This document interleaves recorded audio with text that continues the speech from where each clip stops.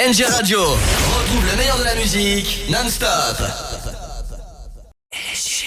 Merci beaucoup, alors salut le monde NG, aujourd'hui enfilez vos scaphandres car je vous amène dans les eaux profondes et tumultueuses où rôde encore une espèce terrifiante et encore peu connue des scientifiques, du moins ça c'est dans l'imaginaire collectif, le mégalodon. Aujourd'hui on va se plonger littéralement mais aussi rapidement sur cette espèce éteinte depuis des millions d'années mais qui fascine encore et toujours au point d'avoir des events dessus sur Nation's Glory.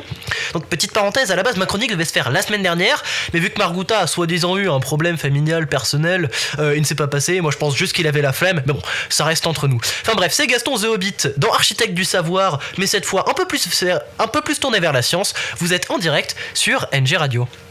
Pour retrouver des mégalodons vivants, il faut remonter il y a à peu près 3,6 millions d'années pour trouver les derniers spécimens encore en vie. Donc c'était il y a un bail avant même que l'humanité ait été un projet de mère nature.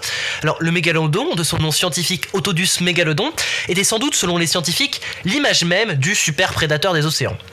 Alors du coup, j'ai parlé de mégalodon et je vois d'ici les commentaires « Ouais, moi je connais déjà, c'était un grand requin blanc, il va rien nous apprendre !» Et je vais te répondre en tenant ta gueule.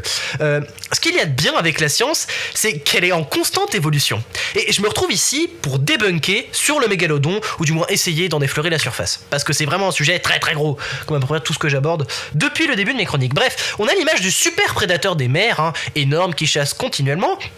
Mais avant d'aller plus loin, des recherches récentes ont montré que l'apparence physique du mégalodon n'était peut-être pas du tout celle que nous avions en tête. Donc il faut savoir que nous n'avons aucun squelette complet, voire même entier, ce qui laisse une grande part d'inconnu. Nous avons des mâchoires, des dents, des vertèbres incomplètes, et il est difficile de se faire une idée exacte de l'apparence. Et il se peut que les mégalodons doivent faire d'ailleurs une petite cure d'amaigrissement. En effet, en analysant encore des fossiles, les chercheurs ont découvert que les mégalodons ne ressemblaient pas à un grand requin blanc XXL. En fait, il aurait même été plus grand que ce qu'on pensait et beaucoup plus allongé. Sa taille aurait été de 15 à 20 mètres et non de 10 à 15 mètres, et au niveau physique, c'est plus l'apparence d'un requin mako. Si vous savez pas ce que c'est un requin mako, tapez rapidement là requin mako sur internet. Un requin mako, pour ceux qui ne voyaient pas, c'est un requin beaucoup plus trapu et beaucoup plus allongé. Voilà. Un peu moins bourrin que le grand requin blanc. Bref, donc tout de suite, le super prédateur, il en prend un sacré coup dans les dents, passant d'un truc imposant et mastoc à une sorte d'endive avec des dents de 20 cm une sorte d'endive avec des dents de 20 mètres de long, vivant au Miocène. Le Miocène, c'est l'époque, pour ceux qui savent pas, c'est-à-dire la majorité, je pense, parce que j'ai dû aller rechercher sur Wikipédia Miocène, vraiment, mon historique n'a plus aucun sens. Cependant, cela n'enlève rien à la bête, le fait que ce soit une endive avec des dents de 20 mètres de long. On était quand même face à l'un des plus grands prédateurs marins de tous les temps, avec une mâchoire colossale de 250 fucking dents de 20 cm de long qui chassait les baleines, enfin des cétacés, et sa mâchoire pouvait briser, trancher, transpercer tous les corps avec une force de 182 200 newtons, ce qui fait à peu près 18,5 tonnes de force. Voilà. Donc ça fait pas mal d'éléphants.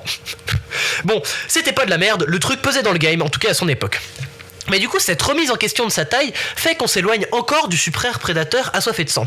À cause de ses 20 mètres de long, son tube digestif était probablement très long, en accord avec sa taille, ce qui fait qu'il ne chassait pas très souvent, étant donné que sa digestion était très lente, et du coup, il chassait beaucoup moins.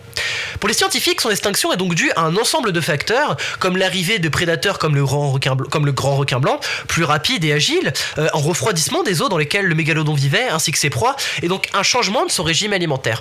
Les proies se faisant plus rares et ayant un métabolisme digestif lent, il se serait fait donc supplanter par d'autres espèces, lui volant sa nourriture, déjà devenue rare dans les eaux chaudes. Cependant, au plus grand bonheur des cinéastes, sa disparition est encore parsemée de mystères et le manque de ce fossile nous empêche d'en savoir plus pour le moment.